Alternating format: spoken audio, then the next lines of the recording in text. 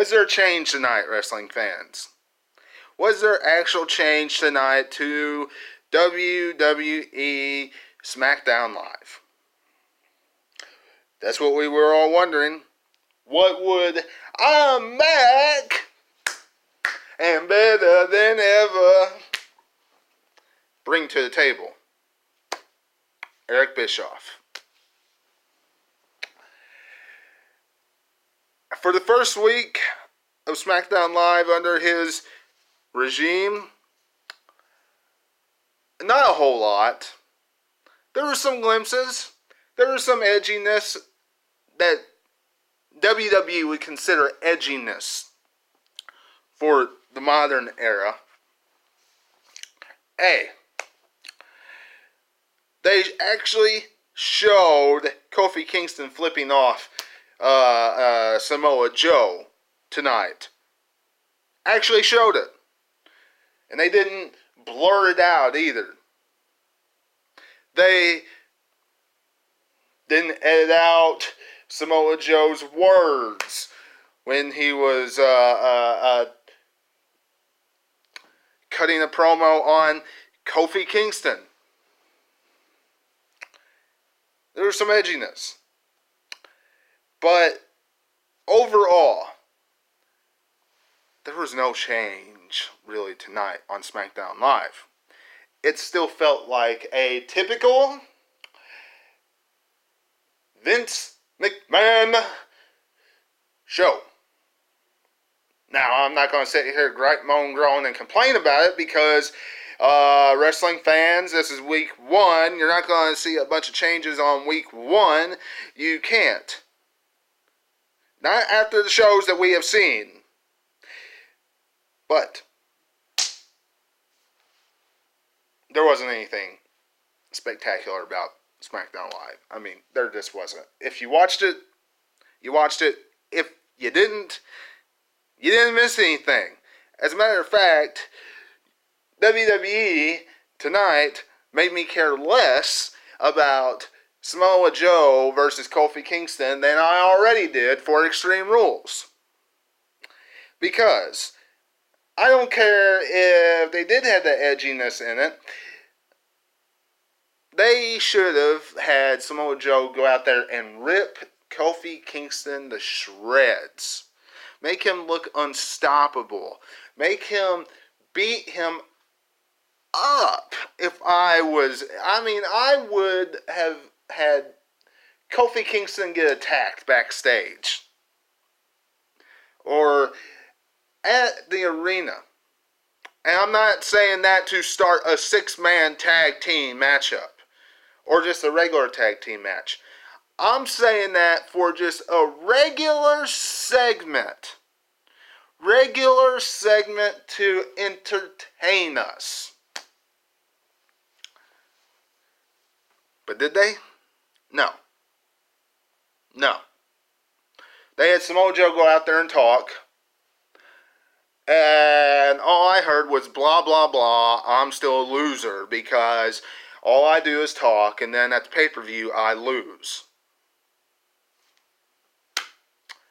So, that's it.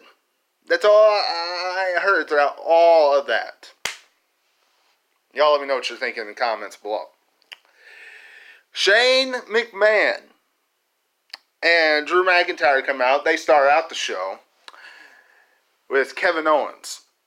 And Kevin Owens gave them a face, a look that really signified everything that the fans have thought. And that is, Shane McMahon, please get off TV. That is the type of face he gave him when Shane McMahon just had to have his name announced the correct way because Kevin Owens did not do a good enough job.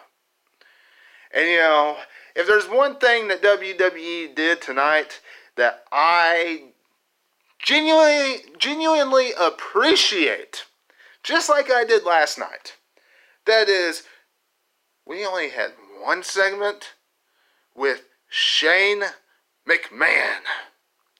Just one. Keep it that way. keep it that way. And you know, they kind of teased something tonight, wrestling fans.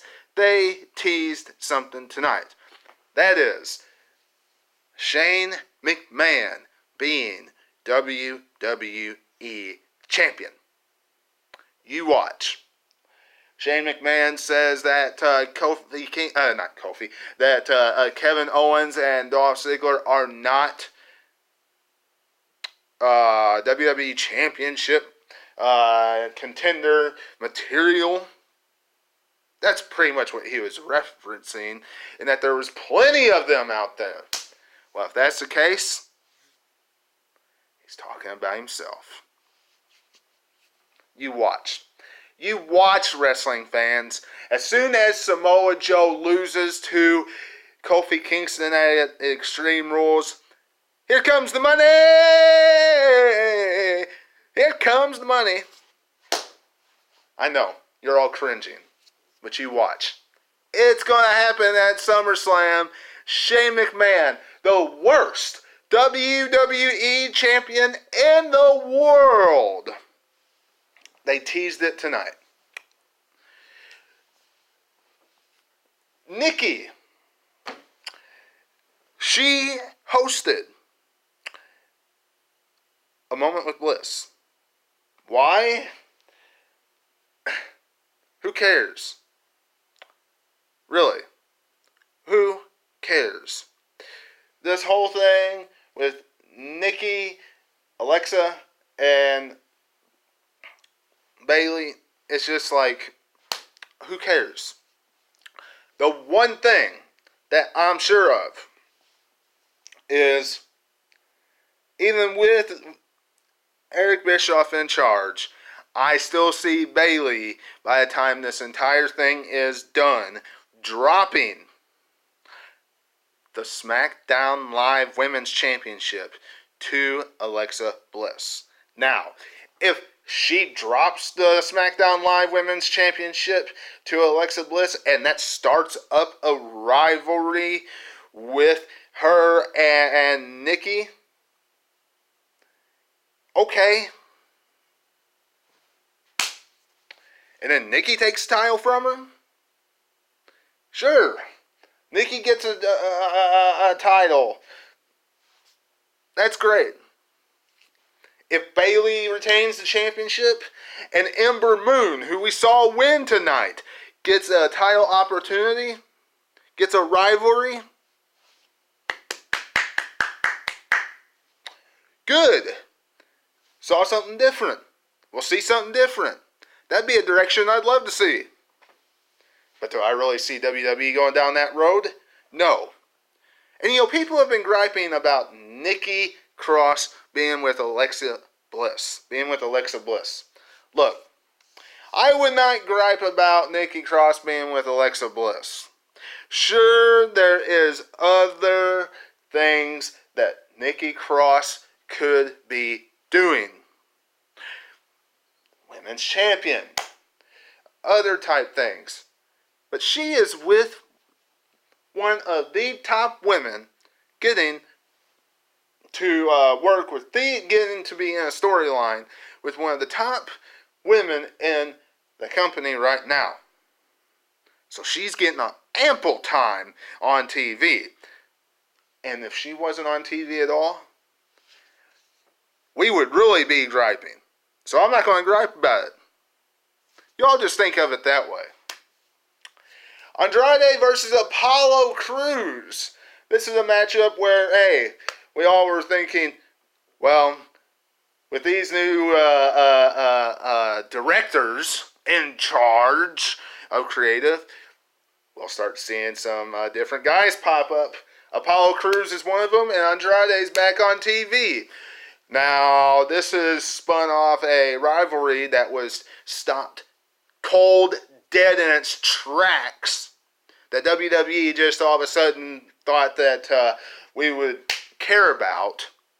You know, Apollo Crews, you know, has been lobbying for a matchup with Andrade. Like anybody's really supposed to care about that.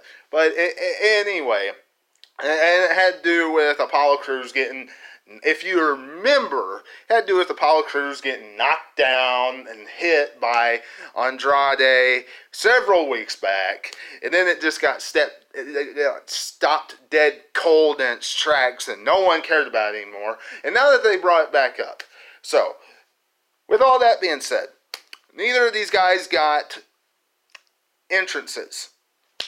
Most of the time, I would be angry. Most of the time, you all would be angry. Most of the time, you all would gripe, moan, groan, and complain. I get it. This time, I'm not going to. Why? Because of what they did before it. What they did before it was cut the promo about Aleister Black. And while I wish they would have just went on ahead and told us who was at the door, you don't have to save everything for the pay-per-view. I get why you're doing it. Put butts in the seats. Draw attention to the pay-per-view. Draw attention to the network. It would have made the show more interesting. But I get it. It's just like what Eric Bischoff said on Legends with Wrestling on the WWE Network. He looks at the TV shows, at the Raw or SmackDowns, or he said Nitro, as a chapter in a book. And the 5th chapter is the pay-per-view. It was either, I think it was Monday. It was the one about the Monday Night Wars they said that on. I think that's the one. So, if he had any type of control over writing this show, and he wrote that segment, I get why they didn't say anything about who it was and why they're waiting to the pay-per-view.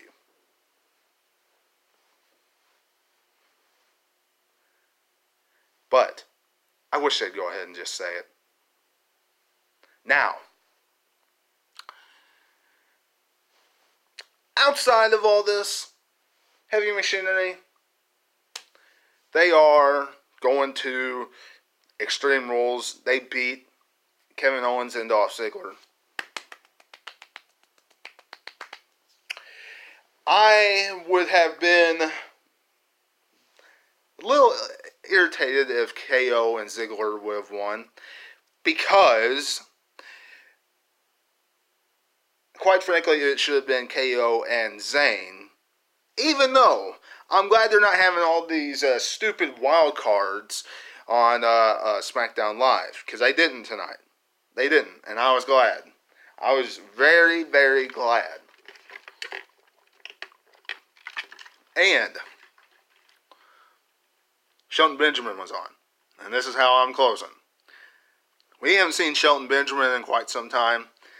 And I would have given that same look to whoever asked him who's going to be WWE Champion at the end of Extreme Rules. Because why is he supposed to care? Why is he supposed to care?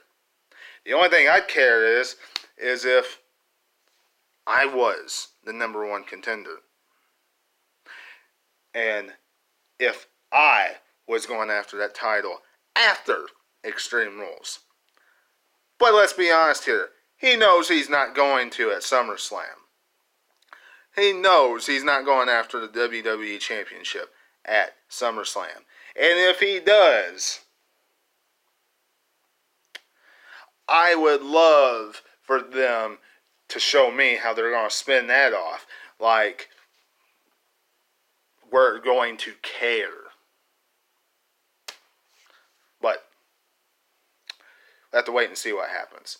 But y'all, let me know what you're thinking in comments below. Subscribe to the channel. And until I see you again, this is Webby. And I'll catch you on the other side. Talk to you later.